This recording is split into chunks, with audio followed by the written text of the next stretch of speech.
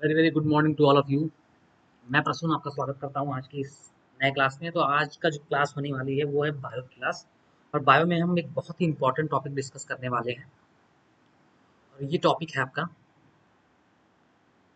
DNA and RNA. DNA and RNA, तो ये हम आज टॉपिक डिस्कस करेंगे। तो असल में क्या होता है, डीएनए और आरएनए हैं क्या? तो आप लिख सकते हो दीज आर न्यूक्लिक एसिड्स। ये क्या है? न्यूक्लिक एसिड्स हैं। दीज आर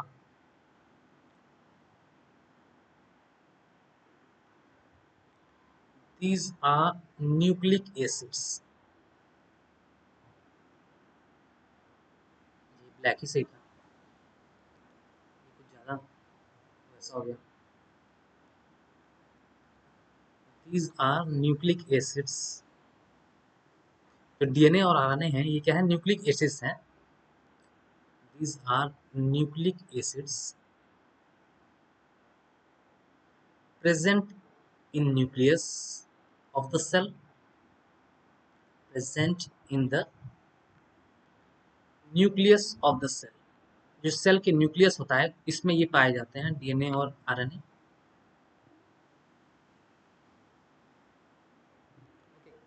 इनका काम क्या होता है? Storing and transmitting genetic information.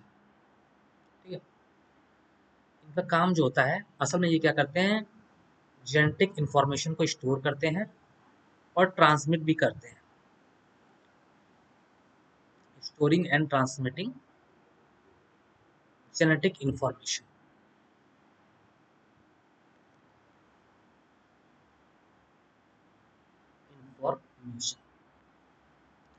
और आरएनए का तो कुछ और भी काम होता है, प्रोटीन सिंथेसिस का भी काम होता है आरएनए का। लेकिन डीएनए का जो काम होता है मेनली स्टोरिंग जेनेटिक इंफॉर्मेशन, ये डीएनए का काम होता है। ठीक है, तो आज हम जो पढ़ेंगे इनके बीच का डिफरेंस पढ़ेंगे कि डिफरेंस क्या है डीएनए और आरएनए में। ठीक है, तो हमने बेसिक तो जान लिया कि क्या है, ये दोनों क्या है, न्यूक्लिक एसिड्स हैं। कोई पूछे डीएनए और आरएनए है क्या, तो आपको पता, ये पता होना चाहिए कि these are nucleic acids present in the nucleus of the cell. RNA जो है वो न्यूक्लियस में नहीं, बाहर भी पाया जा सकता है, जैसे कि साइटोप्लाज्म में।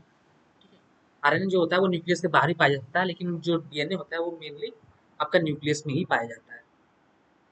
क्योंकि आरएनए का काम क्या होता है, आरएनए का प्रोटीन सिंथेसिस भी एक मेजर फंक्शन हो जाता है, जिसकी वजह से वो आपका न्यूक्लियस के बाहर ही पाया जाता है। ओके, तो आइए अब हम क्या करते हैं, सेपरेटली इन दोनों के बारे में पढ़ते हैं। तो सबसे पहले हम बात करेंगे अबाउट अबाउट डीएनए के बारे में।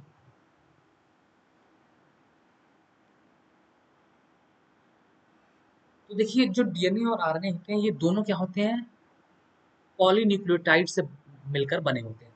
आप कहोगे पॉलीन्यूक्लियोटाइड्स है क्या? जब बहुत ढेर सारे न्यूक्लियोटाइड्स मिलकर,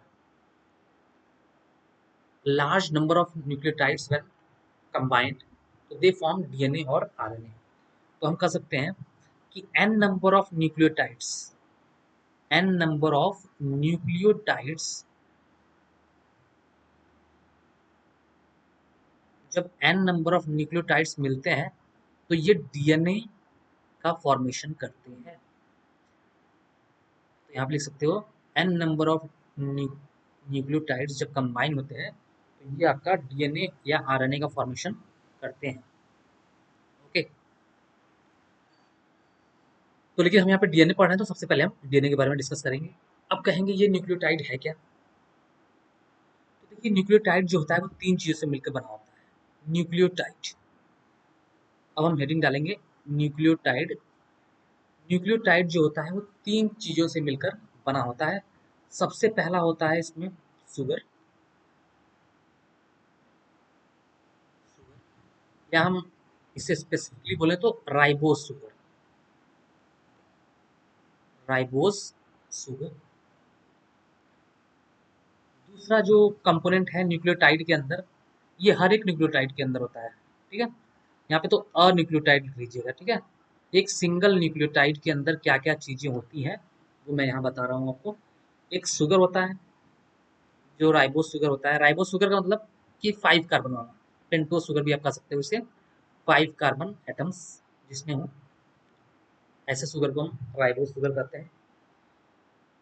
फॉस्फोरिक एसिड जो दूसरा कंपोनेंट है वो होता है फॉस्फोरिक एसिड, फॉस्फोरिक एसिड। और जो तीसरा कंपोनेंट होता है न्यूक्लियोटाइड के अंदर वो होता है नाइट्रोजनस बेस, नाइट्रोजनस बेस।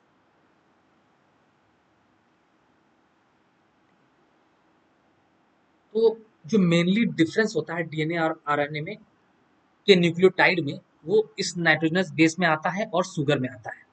ठीक है, फॉस्फोरिक एसिड तो सिमिलर होता है दोनों में एक तरह में, लेकिन जो डिफरेंस आता है एक न्यूक्लियोटाइड में डीएनए के और आरएनए के, वो आता है शुगर में और नाइट्रोजनस बेसिस में। जो डीएनए में जो शुगर होता है, राइबोस शुगर होता है, ये क्या होता है, दो राइबोस शुगर होते हैं, two ribose sugars are present, two ribose sugars are present in DNA. दो राइबोस शुगर जो होता है वो डीएनए में प्रेजेंट होता है, तभी आप, इसका फुल फॉर्म क्या है, डीऑक्सीराइबोस। नाम में यह है डीऑक्सी, मतलब दो, आप कह सकते हो डीऑक्सीराइबोस न्यूक्लिक एसिड इसका फुल फॉर्म होता है।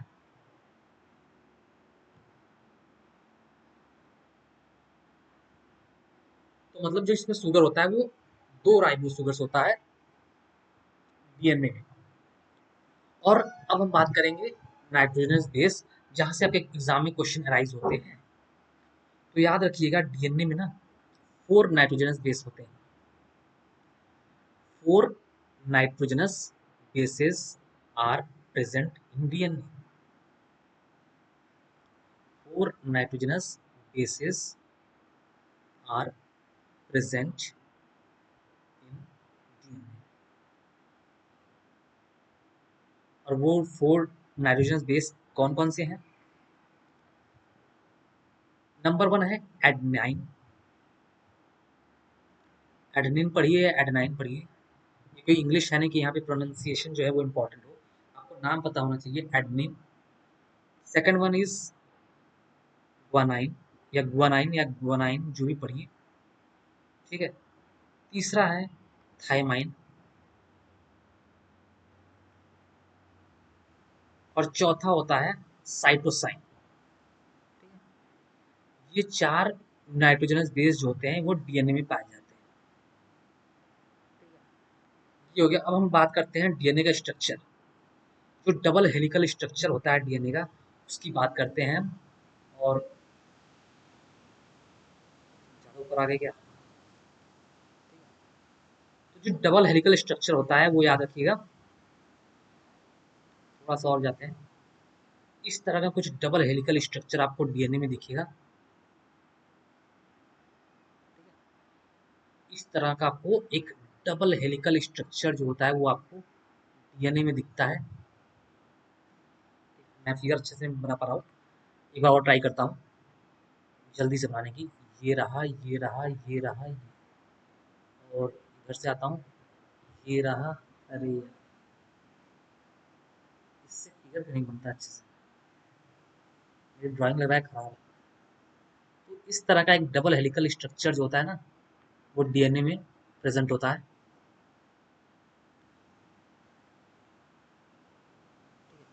तो याद रखिएगा, जो एडनिन का जो बॉन्ड बनता है डीएनए में, जो एडनिन का बॉन्ड बनता है वो किसके साथ बनता है, आपको याद रखना है थाइमाइन के साथ बनता है। जो एडनिन जो आपका नाइट्रोजनस बेस है, ये थाइमाइन के साथ डबल बॉन्ड बनाता है। और जो साइटोसाइन है वो ग्विनाइन के साथ ट्रिपल बॉन्ड बनाता है। ये डीएनए का डबल हेलिकल स्ट्रक्चर है। और यही जो आपका हर पेयर में फॉर्म होता है। एडनिन जो है वो थाइमाइन के साथ बनाएगा डबल बॉन्ड, और साइटोसाइन जो है वो ग्विनाइन के साथ ट्रिपल बॉन्ड बनाएगा। ठीक है, एक बार मैं बंद करता हूँ।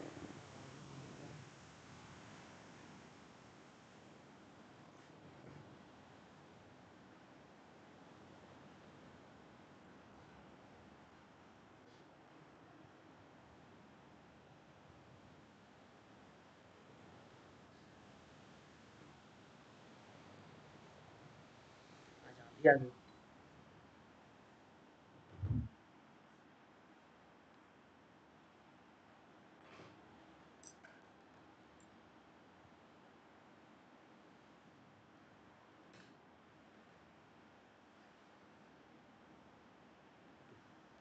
सॉरी, बीच में क्लास डिस्टर्ब हुई आपकी।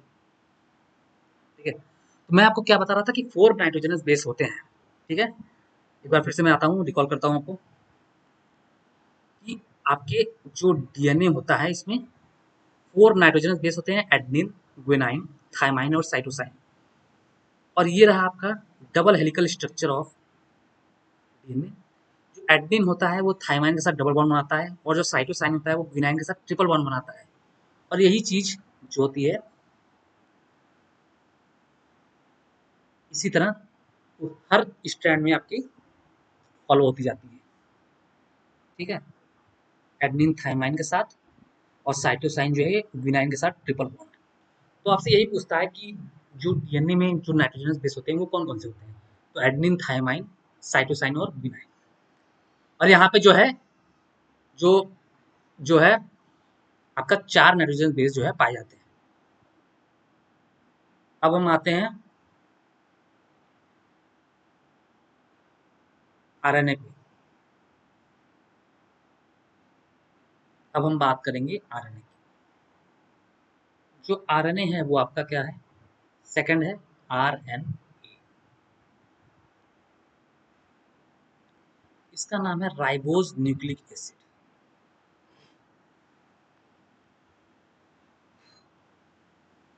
इसका नाम क्या है, राइबोज न्यूक्लिक एसिड। इसमें भी कहानी वही होगी, जब n नंबर ऑफ न्यूक्लियोटाइड मिलके n नंबर ऑफ न्यूक्लियोटाइड जब मिलते हैं तो आपका आरएनए का फॉर्मेशन करते हैं। ठीक है, न्यूक्लियोटाइड में वही चीज होती है। और न्यूक्लियोटाइड में क्या क्या डिफरेंस आता है, मतलब एक न्यूक्लियोटाइड में क्या क्या होते हैं, मैंने आपको बताया। एक न्यूक्लियोटाइड के अंदर आपके राइबोज शुगर होते हैं। ठीक है, फिर फॉस्फोरिक एसिड होता है, फॉस्फोरिक एसिड होता है, और आपका नाइट्रोजनस बेस होते हैं, नाइट्रोजनस बेस। अब डीएनए में क्या होता था कि 2 राइबोज शुगर प्रेजेंट होते थे। यहाँ पे क्या होगा, 1 राइबोज शुगर प्रेजेंट होते हैं, 1 राइबोज शुगर प्रेजेंट। एक ही राइबोज शुगर प्रेजेंट होते हैं आरएनए में, 1 ribose sugar present in RNA. ठीक है, अब हम बात करेंगे नाइट्रोजनस बेसिस की। तो इसमें भी आपको याद रखना है कि 4 ही नाइट्रोजन बेस प्रेजेंट होते हैं, 4 nitrogenous base present in RNA. 3 तो वही होते हैं जो डीएनए में होते हैं, बस एक डिफरेंस होता है, एडनिन इसमें भी रहेगा, एडनिन इसमें भी रहेगा, ग्विनाइन इसमें भी रहेगा, साइटोसिन इसमें भी रहेगा, सेम जैसा कि उसमें था। बस डिफरेंस कहाँ होता है, डीएनए में आपका थाइमिन होता था, यहाँ पे यूरासिल होता है। थाइमिन की जगह यूरासिल आ जाता है, ये डिफरेंस होता है आरएनए के नाइट्रोजनस बेस में। और इसका जो स्ट्रक्चर होता है वो सिंगल हेलिकल स्ट्रक्चर होता है, सिंगल हेलिकल स्ट्रक्चर होता है आरएनए का। कहेंगे सिंगल हेलिकल हेलिकल स्ट्रक्चर कैसे होता है, इसका जो स्ट्रक्चर होता है आप देखोगे सिंगल हेलिकल स्ट्रक्चर होता है, बस इस तरह इसका सिंगल स्ट्रक्चर होता है। तो इसमें क्या होता है, जो एडमिन है वो यूरासिल के साथ डबल बॉन्ड बनाता है, और जो साइटोसाइन है वो विनाइन के साथ ट्रिपल बॉन्ड बनाता है। यही चीज हमेशा फॉलो होती रहती है, एडमिन जो है यूनाइन यूरासिल के साथ डबल बॉन्ड, और साइटोसिन जो है वो आपका विनाइन के साथ ट्रिपल बॉन्ड। ओके, तो ये है आपका आज के क्लास, क्लास को यही बंद करना पड़ेगा। और एक चीज और बता देता हूँ कि बहुत तेज आंधी आ रही है, एक चीज और मैं आपको बताना चाहूंगा। ये तो हो गई नाइट्रोजन बेस की बात, और राइबोस शुगर के बाद अब ये जो डबल हेलिकल स्ट्रक्चर है, ये क्वेश्चन और पूछता है क्या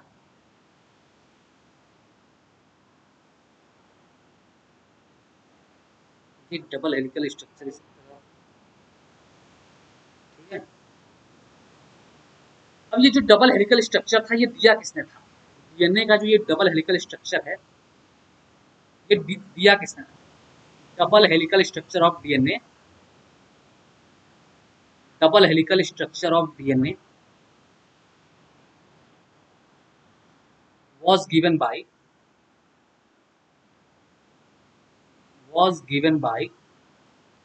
तो आप कहोगे Watson and Crick, Watson and Crick, okay.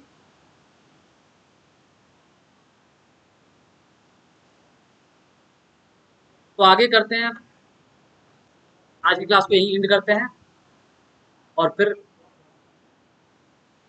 हम मिलेंगे अपनी अगली क्लास में। तब तक के लिए bye, bye and take care.